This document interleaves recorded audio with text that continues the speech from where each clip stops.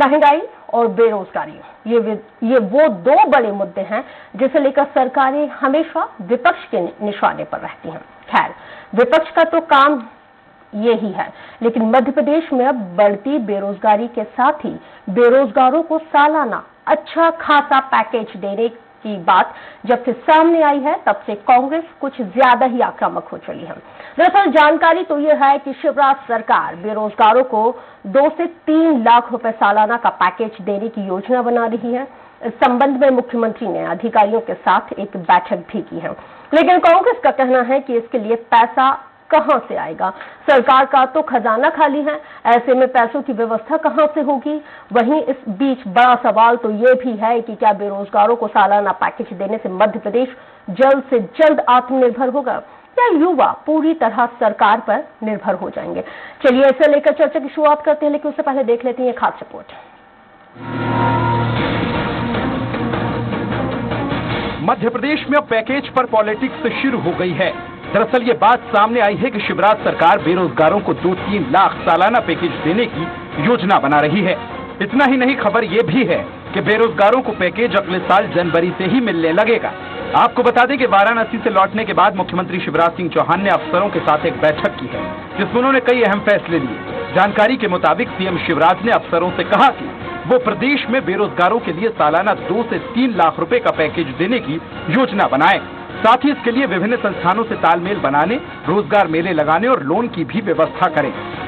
इधर प्रदेश के गृह मंत्री डॉक्टर नरोत्तम मिश्रा ने कहा कि युवाओं को रोजगार और उनको पूरा पैकेज कैसे दिया जा सकता है, इसे लेकर जनवरी में अंतिम रूप दे दिया जाएगा।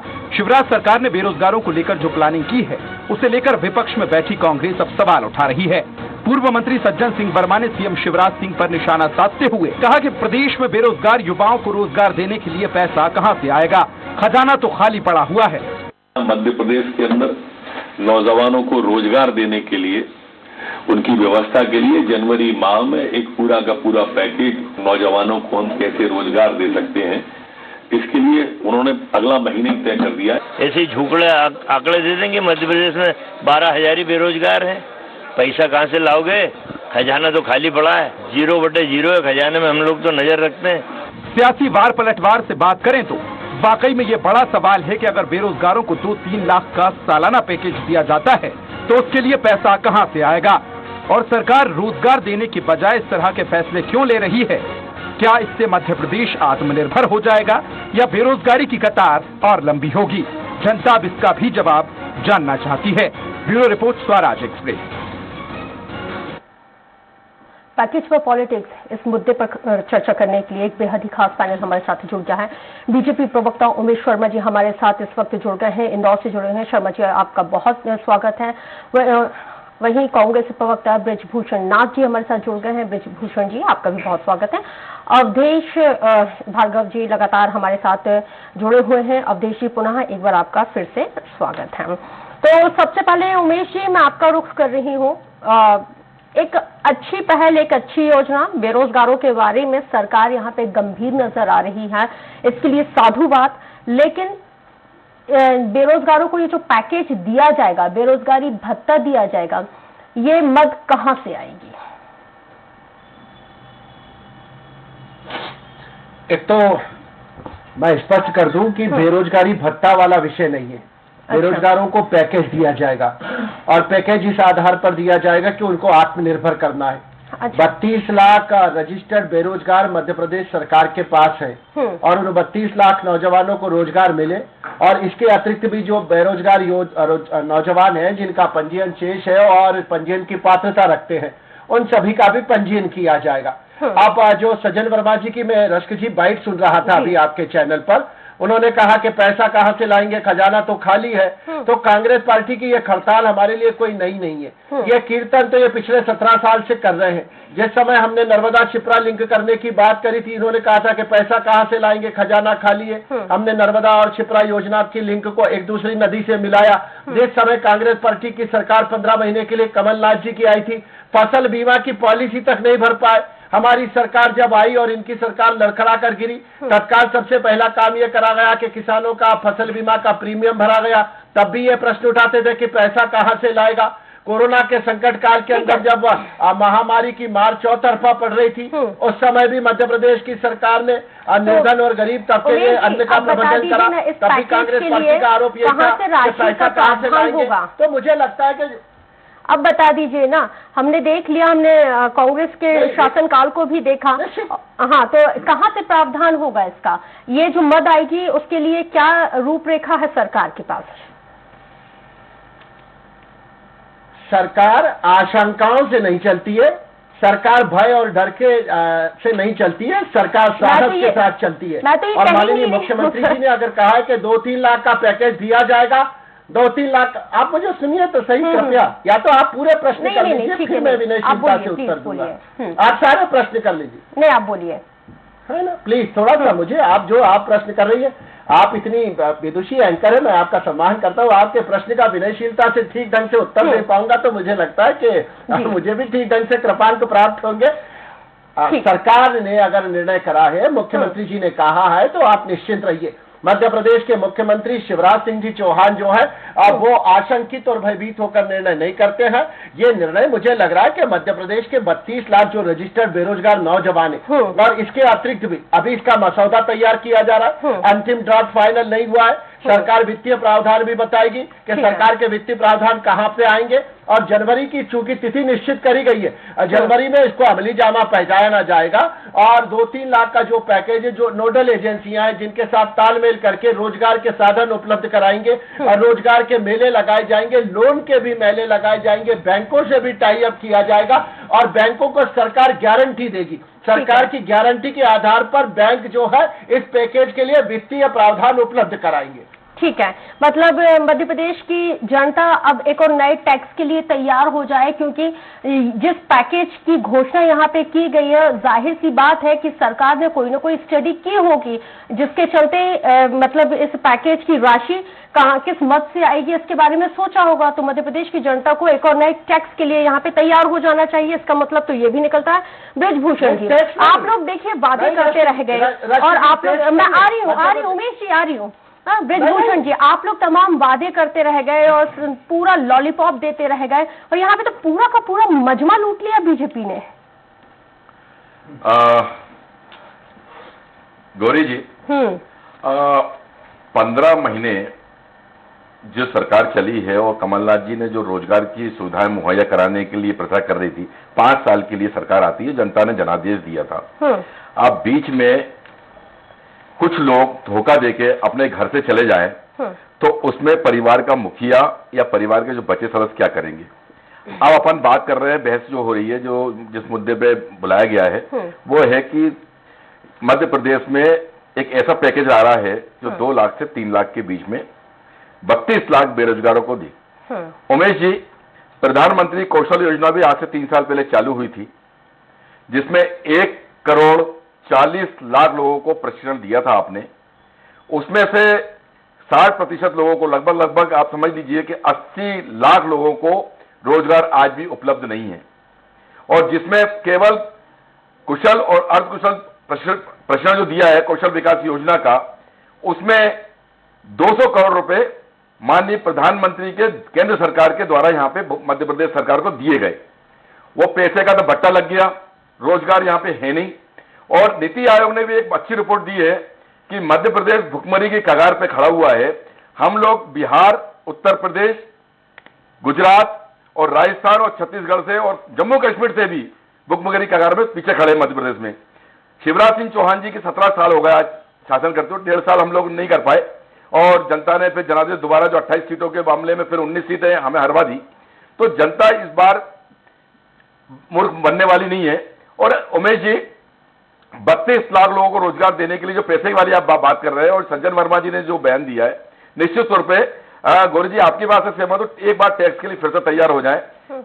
2,52,000 करोड़ रुपए मध्य प्रदेश में कर्ज ले चुके माननीय शिवराज सिंह चौहान जी, और ये कर्ज लेके ही अगर घर चलाना है तो कर्ज लेके हम तो चाहते हैं कि मध्य प्रदेश का हर नागरिक अपना घर, परिवार और बच्चों को लालन पालन केवल कर्ज लेके चला पाए, इसके अलावा अन्य रोजगार के साधन मध्य प्रदेश में ना रहे। आप लोग सब ऐसी चाहते हैं, तो मध्य प्रदेश में रोजगार के साधन मुहैया कराइए। जब तक मध्य प्रदेश में रोजगार नहीं होंगे, रोजगार उपलब्ध नहीं होंगे, नए रोजगार के सृजन की व्यवस्था नहीं होगी तो मध्य प्रदेश में आप जो उमेश जी आप इंदौर में रहते हैं, इंदौर से थोड़ा सा आगे जाएंगे तो महू से लेके बड़वानी से लेके झाबुआ, अलियारपुर, या पलायन करके दाहोद जाते हैं। उस पलायन इसलिए जाते हैं ना कि हमारे मध्य प्रदेश में रोजगार नहीं है। आप लगातार कई राज्यों का आपने उदाहरण दे दिया, सारी चीजें जिन राज्यों में कांग्रेस की सरकार है वहाँ भी मैंने वहां दे दिया, वहाँ की स्थिति बेरोजगारों और मैंने बिहार का और गुजरात का दे दिया। राजस्थान का बेरोजगार युवा उत्तर प्रदेश में जाके धरना प्रदर्शन करता है, नौकरी की मांग करता है, रीट के पदों को बढ़ाने की मांग करता है। क्या बात कर रहे हैं? नीति आयोग का आप डाटा देखेंगे गौरी जी तो आपको दिखेगा मध्य प्रदेश हम लोग कहाँ पे खड़े हैं। मैंने इसीलिए साथ में गुजरात का नाम भी लिया। गुजरात में हमारे शासन नहीं, भारतीय जनता पार्टी के शासन है। हम तो ये कह रहे हैं कि वहां से पिछड़े हुए हम लोग। आप राजस्थान और छत्तीसगढ़ के ही दिशा पे मत चलिए। हम लोग जम्मू कश्मीर में नहीं चल रही हूँ, हम लोग जम्मू कश्मीर से पीछे मध्य प्रदेश में नहीं। मैं आपको ये बता रही हूँ कि और हमें गर्व है कि मध्य प्रदेश में पलायन करने के लिए मध्य प्रदेश सबसे ज्यादा लोग गुजरात और कर्नाटक और इधर काम करने जाते हैं। गर्व होना चाहिए हम लोग मध्य प्रदेश में, क्योंकि यहाँ पे रोजगार के साधन नहीं है, इसीलिए तो आदमी पलायन करके बाहर जा रहा है ना। देखिए, रोजगार के साधन नहीं है, उन संसाधनों को डेवलप करना होगा। जब तक 17 साल में देखिए, जब आप 17 साल का जिक्र करेंगे तो फिर वो 70 साल भी आ जाएंगे। इसलिए अवधेश जी, लगातार आरोप प्रत्यारोप होते हैं और किसानों के बाद जो बेरोजगारी है ये सबसे ज्वलंत मुद्दा है। हर एक राजनीतिक पार्टी के लिए बेरोजगार सबसे बड़ा वोटर है और वोटर्स होने के बावजूद भी उसके लिए वो रूपरेखा नहीं बनाई जा रही है। रोजगार उत्पन्न नहीं हो रहे हैं, लोगों के हाथों में रोजगार नहीं है, क्राइम का ग्राफ बढ़ता जा रहा है, तमाम चीजें हैं। क्या लगता है बेरोजगारी की समस्या का हल आखिर कैसे होगा? क्योंकि सरकारें कई वायदे करती हैं, कई तरह की नीतियां बनाती हैं, लेकिन उनका इम्प्लीमेंटेशन नहीं हो पाता है। देखिए, वर्तमान में तो ट्रेंड बन गया है, चुनाव के समय 2 नारे, 2 वायदे हमेशा किए जाते हैं, एक किसानों के भले की और एक बेरोजगारों को रोजगार। और ये समस्या निरंतर चली आ रही है जब से आजादी मिली है। इस समस्या का कोई समाधान नहीं हुआ। प्रधानमंत्री रोजगार योजना में ऋण आप मुहैया करा रहे हैं, आज आपके पास डाटा नहीं है कि जो आपने ऋण दिया है कितने रोजगार लगे और उन रोजगारों की आज स्थिति क्या है। अब मुख्यमंत्री रोजगार योजना में आप 50 लाख तक का लोन देते हैं, आप उसमें देखें इनके पास कोई डाटा नहीं है और न उसकी कोई मॉनिटरिंग है, न तो कौशल विकास विभाग में, न श्रम विभाग में और न ही उद्योग विभाग में। तीसरी बात यह है कि आपके पास यानी सरकार के पास बेरोजगारों का सही आंकड़ा ही उपलब्ध नहीं है।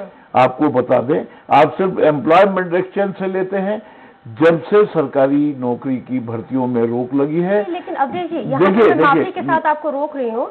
यहाँ पे आपने बिल्कुल वाकई में कहा है कि मतलब ये आंकड़ा नहीं है, बेरोजगारों का आंकड़ा नहीं है, क्योंकि अगर हम 51 जिलों के रोजगार कार्यालयों की अगर हम बात करते हैं तो उनमें से 36 को तो बंद करने की तैयारी में यहाँ पे राज्य सरकार है। और क्योंकि जयवर्धन जो विधायक है उनके सवाल का जवाब भी राज्य सरकार विधानसभा में दिया गया है। उसी विषय पर आ रहा हूँ कि चूंकि सरकारी नौकरी की भर्तियों में रोक लगी थी, इसलिए नौजवानों ने एम्प्लॉयमेंट रोजगार कार्यालय में अपना रजिस्ट्रेशन कराना बंद कर दिया कि इससे कोई लाभ ही नहीं है।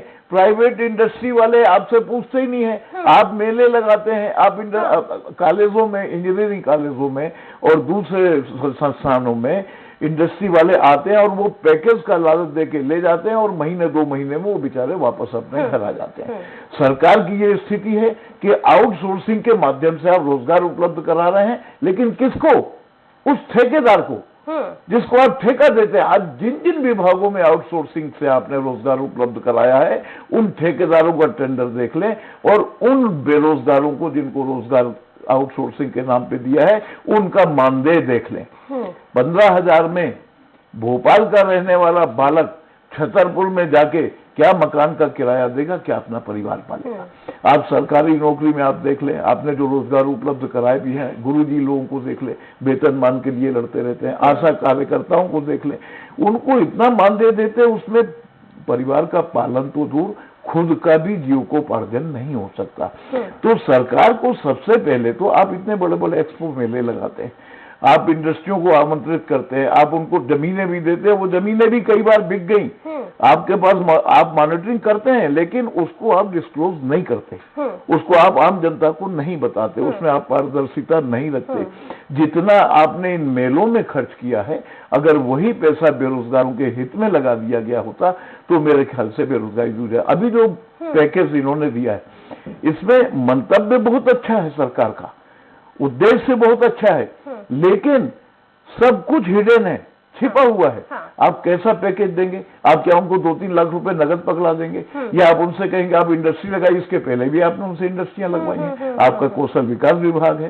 तो कुल मिला के आपने चुनाव में वायदे किए कि हम बेरोजगारी भत्ता देंगे, आज कितना बेरोजगारी भत्ता दे दिया? अगर आपने उसको 500 रुपए महीने ही दे दिया होता तो जो कम से कम सरकारी नौकरियों में जगह निकलती, उसमें जो आप फीस वसूलते हैं, मैं एक गौरी जी 2 मिनट लूंगा, मैं एक आंकड़ा बता दूं, सरकार क्या करती है, जो भी नौकरी के लिए आवेदन आमंत्रित करेगी उसमें फीस रखती है, और आप देखेंगे कि 100 पोस्टों के लिए 1 लाख आवेदन आते हैं और आपकी 500 रुपए फीस होती है। और अवधेश जी नहीं, यानी ये जो बेरोजगारों से पैसा आता, अगर वही तनख्वाह में बांट दें तो भी बचा रहे, अगर वो 30 साल 40 साल ये है कि नोटिफिकेशन जारी हो जाता है, फॉर्म फिल हो जाते हैं, उसके बाद ये सारे के सारे एग्जाम भी कैंसिल हो जाते हैं, तो ये पैसा भी रिफंड नहीं है, पैसा भी रिफंड नहीं होता, आने जाने का किराया अलग लगता है, उनको सेंट्रल एग्जामिनेशन सेंटर से दिए जाते हैं। आपने बेरोजगारों की, अच्छा दूसरी बात, ये जो आपने पैकेज जारी किया है, इसमें आपने ये नहीं बताया कि इसमें भी आप आरक्षण रखेंगे। उमेश जी देखिए, तमाम तथ्य आपके सामने हैं, और अभी तक जिस तरह से अवधेश जी कह रहे हैं कि हिडन है, क्या पैकेज है भाई? जब आप बेरोजगारी भत्ता दे रहे हैं, ये जो बड़ा पैकेज है, अगर आपको जानकारी नहीं है तो ये जो बेरोजगार युवा है वो आपसे आखिर कैसे इन्फ्लुएंस होगा? क्योंकि जिस तरह से अंदर खाने से जो खबर मिल रही है वो तो यही है कि बेरोजगारों को बेरोजगारी भत्ता दिया जाएगा। अगर 2 से 3 लाख रुपए अगर इनको सालाना दिया जाएगा तो एक मोटा मोटा 3 लाख के हिसाब से हिसाब लगा लेते हैं तो 20,000 रुपए प्रति माह हो जाता है। तो जानना बेहद लाजमी हो जाता है कि ये कहां से इसका प्रोविजन होगा, और आपको नहीं लगता कि अगर इस तरह से अगर बेरोजगारों को इतना 20,000 रुपए प्रति माह के हिसाब से भत्ता दिया जाएगा तो आप काम करने की जो लोगों में प्रवृत्ति है उसको खत्म कर देंगे? गौरी जी, मुझे नहीं मालूम कि ये अंदर खाने की खबरें बाहर कहां से आ रही है। हमारे अंदर खाने में तो इस तरह की कोई खिचड़ी पक नहीं रही है, और हम तो कभी भी अकर्मण्यता में विश्वास करते नहीं है। भारतीय जनता पार्टी की बहुत स्पष्ट और दृढ़ मान्यता है कि रोजगार प्राप्त होना चाहिए। अब रोजगार का तात्पर्य केवल नौकरी नहीं होता है कि आपको शासकीय नौकरी प्राप्त हो जाए या निजी क्षेत्र में नौकरी प्राप्त हो जाए तो आपको रोजगार मिल जाएगा। भारतीय जनता पार्टी की सरकार का प्रयास है कि चाहे कौशल उन्नयन हो या स्टार्टअप की योजना हो या एमएसएमई के माध्यम से हो, यहाँ पर जितने बेरोजगार नौजवान हैं, जिसको जिस काम में महारत है, जो जिस काम में दक्ष है, जिसकी प्रवीणता, जिसकी निपुणता जिस काम में है, उसको साधनों की उपलब्धता प्राप्त होना चाहिए। और कोई भी व्यक्ति अपने पैरों पर खड़ा होना चाहता है, स्वरोजगार डालना चाहता है, छोटा लघु उद्योग डालना चाहता है या सेवा क्षेत्र में काम करना चाहता है, तो उसको जो सबसे बड़ी कठिनाई आती है वो होती है पूंजी का प्रबंधन। तो सरकार जो प्रयास कर रही है कि उसकी पूंजी का प्रबंधन सरलता से हो जाए, और उस पूंजी के प्रबंधन का तात्पर्य यह कतई भी नहीं है कि हम 25,000 रुपए महीने का बेरोजगारी भत्ता देने जा रहे हैं। सरकार ने बहुत स्पष्ट शब्दों में कहा है, जो कॉन्क्लेव से लौटने के बाद सीएम ने अफसरों के साथ बैठक करी है, अफसरों के साथ उस बैठक के बाद जो पहली बात छनकर आई है वो ये आई है कि जनवरी में 2 से 3 लाख तक का एक पैकेज सरकार तय करेगी। उसका ड्राफ्ट अभी तैयार नहीं हुआ, उसका मसौदा भी अंतिम रूप नहीं दिया गया, पर मोटा मोटा फौरी तौर पर मैं आपको यह कहना चाहता हूं कि यह 2 और 3 लाख का जो पैकेज है यह पूंजी के प्रबंधन की दृष्टि से किया जाएगा और इसका माध्यम निकाला जाएगा। निश्चित रूप से इसमें वित्तीय संस्थान पैसा देंगे और उस वित्तीय संस्थान को सरकार गारंटी देगी। और जो अवधेश जी भाई साहब चिंता व्यक्त कर रहे थे, मैं उनकी चिंता से वाकिफ हूं कि उसकी मॉनिटरिंग की जानी चाहिए। कई बार क्या होता है कि स्टार्टअप होता है या कौशल उन्नयन होता है तो प्रारंभिक रूप से तो ये 4 से 8 महीने तक ठीक ढंग से चल पाता है, और बाद में मुझे लगता है कि कभी ना कभी इस तरह के भी उदाहरण आते हैं कि ये अंततः जाकर विराम ले लेता है। तो उस समय मॉनिटरिंग करने की सबसे बड़ी आवश्यकता होती है, और मुख्यमंत्री जी जो है पूरा ब्लूप्रिंट तैयार करवा रहे हैं, जो अफसरों को उन्होंने ताकीद करी है तो आप मानकर चलिए कि बहुत कंक्रीट योजना बनाई जा रही है, रोजगार मेले लगाए जाएंगे, लोन मेले लगाए जाएंगे, बैंकों को डायरेक्शन दिए जाएंगे, और जो डीएम होते हैं, कलेक्टर होते हैं, वो मॉनिटरिंग करेंगे, AKBN मॉनिटरिंग करेगा, MSME मॉनिटरिंग करेगा, कौशल उन्नयन की जो हमारी नोडल एजेंसियां वो मॉनिटरिंग करेगी, और आप विश्वास रखिए कि रोजगार की दिशा में ये ठोस, सार्थक और कंक्रीट कदम होगा। हमने बेरोजगारी भत्ता देने का कोई वचन पत्र में नहीं कहा था। बेरोजगारी भत्ता देने का कमलनाथ जी ने कहा था, 4 लाख का बेरोजगारी भत्ता देंगे। उमेश जी, हमें आपकी एक एक बात पर पूरा यकीन है, हमें सूबे के मुखिया पर भी पूरा भरोसा है, और हमें पूरी कैबिनेट पर भरोसा है, पूरी प्रदेश की जनता को भरोसा है। लेकिन बड़ा सवाल यह है कि इससे पहले भी कई तरह की घोषणाएं हुई, योजनाएं बनी हैं और रोजगार मेले लगे हैं, हमने उनका भी हर्ष देखा है, हमने इन्वेस्टर समिट भी देखे हैं। ऐसा नहीं है, मैं सिर्फ यहाँ पे बीजेपी की बात नहीं कर रही हूँ, मैंने कांग्रेस के भी कार्यकाल को इसमें इंक्लूड किया है। बेरोजगार युवा है, वो तो आपकी तरफ उम्मीद भरी नजरों से ताक रहा है कि हमें हाथों में रोजगार दे दीजिए, क्योंकि खाली दिमाग हमेशा शैतान का घर होता है, खाली दिमाग हमेशा शैतान का घर होता है। और जब तक इंसान खाली बैठा रहेगा तो आप देख ही रहे हैं कि क्राइम का ग्राफ भी किस कदर बढ़ रहा है। तो हमें पता होना चाहिए कि जो योजना बन रही है वो उसको अभी तक हिडन क्यों रखा गया है, क्या किस तरह की स्टडी की गई है, क्या कुछ सेट करने की कोशिश मध्य प्रदेश सरकार के द्वारा की जा रही है। गौरी जी, मुझे लग रहा है कि ये जो कार्य योजना जिस पर काम शुरू हुआ है 2-3 लाख के पैकेज का, ये कॉन्क्लेव के बाद हुई है। प्रधानमंत्री नरेंद्र मोदी जी ने जो CMO की कॉन्क्लेव करी है, उसके बाद मुख्यमंत्री जी लौटे हैं, उसके बाद जो पहली बैठक हुई है, उस पहली बैठक को अभी मुझे लग रहा है कि 24 घंटे भी व्यतीत नहीं हुए। तो इस कार्य योजना पर तो अभी काम शुरू हुआ है और इसका मसौदा आएगा, और उन्होंने डेट तय करी है, एक निश्चित समय सीमा तय करी है कि जनवरी में हम इसका मसौदा जारी कर देंगे। और निश्चित रूप से केवल अगर हम पानी में नहीं उतरेंगे तो तैरना नहीं सीखेंगे, इस आशंका के आधार पर कि पहले इस तरह के प्रयास करे गए और वो सफल नहीं हो पाए, तो मुझे लग रहा है कि ये भी पूरी तरह सत्य नहीं है। प्रतिशत ऊपर नीचे हो सकता है, पर सफलता भी प्राप्त तैरना तो सीखना केवल होगा, गिलास अगर आधा आपको खाली है, तैरना नहीं आता है आधा भरा भी है। तमाम संसाधन लेके उतरिए जिससे आप डूब ना सके।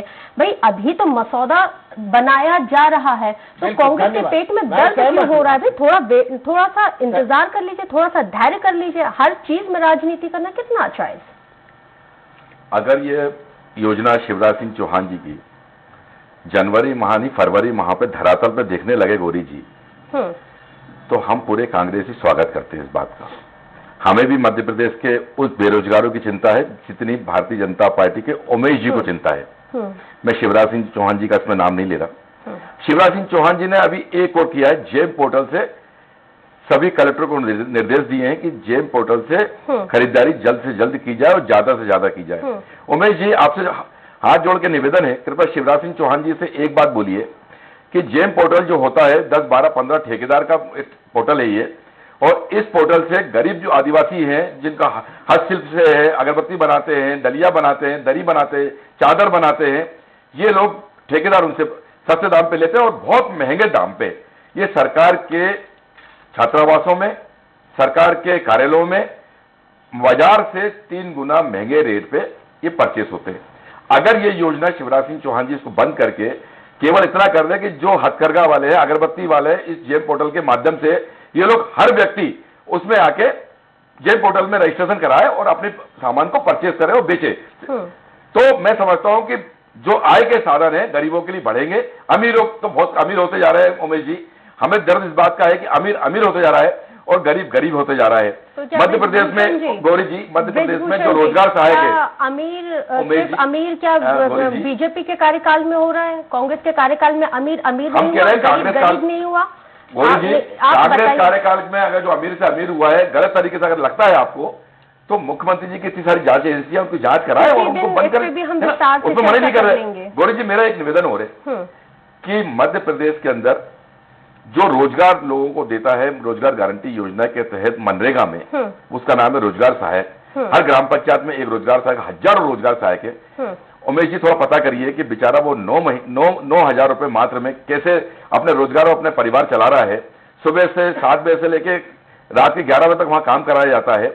और सरकार की जितनी नौकरियां हैं, आप खुद ही कह रहे हैं 32 लाख रजिस्ट्रेशन रोजगार कार्यालय में हुए हैं, और मात्र इस पूरे मध्य प्रदेश में अगर वैकेंसीज की बात है तो 34,000 वैकेंसी है। निश्चित तौर पे हम लोगों को 31,50,000 वैकेंसी के लिए अलग से व्यवस्था करनी पड़ेगी।